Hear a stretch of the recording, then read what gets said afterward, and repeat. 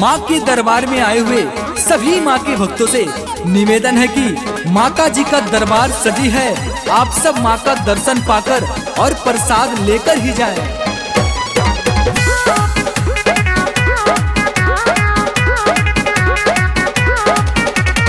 ओइली मैया दुआरिया हो, जुटेले सगरो पुजरिया हो, जुटेले सगरो पुजरिया हो। ओइली मैया दुआरिया हो, जुटेले सगरो पुजरिया हो।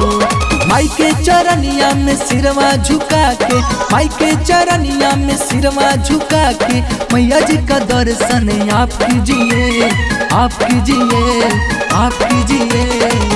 सजी है दरबार मैया का, पूजा पाठ कीजिए। भक्त लोग आइए पर साथ लीजिए, भक्त लोग आइए पर साथ लीजिए, भक्त लोग आइए पर साथ लीजिए।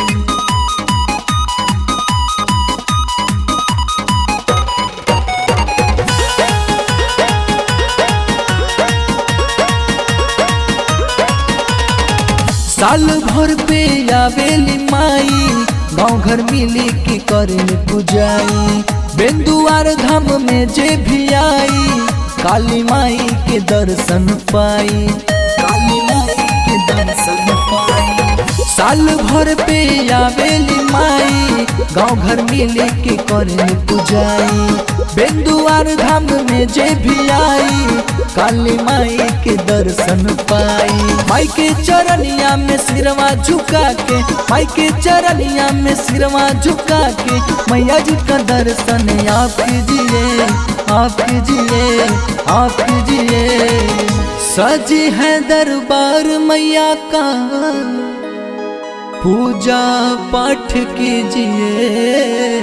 भक्त लोग आइए पर साथ लीजिए, भक्त लोग आइए पर साथ लीजिए, भक्त लोग आइए पर साथ लीजिए।